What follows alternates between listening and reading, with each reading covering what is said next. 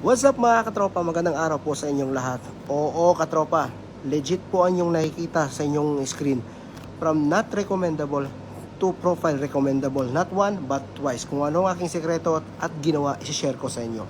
Unang-una mga katropa, burahin nyo po ang mga video na hindi po sa inyo. Yung mga kinuha nyo mula sa ibang platform. Pangalawa po, i-check nyo po ang inyong mga profile details.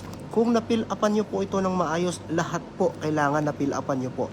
Pangatlo po, i-check nyo po itong security check-up nyo.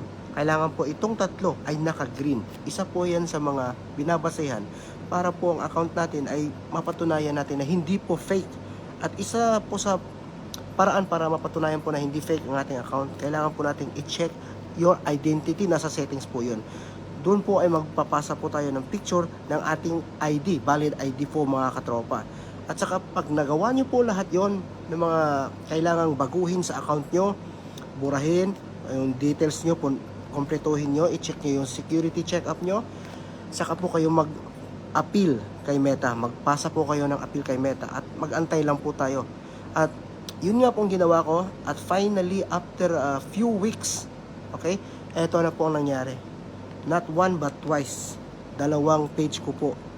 Isang profile, isang page ko po ang naging profile recommendable. Kaya guys, subukan nyo, baka gumana sa inyo.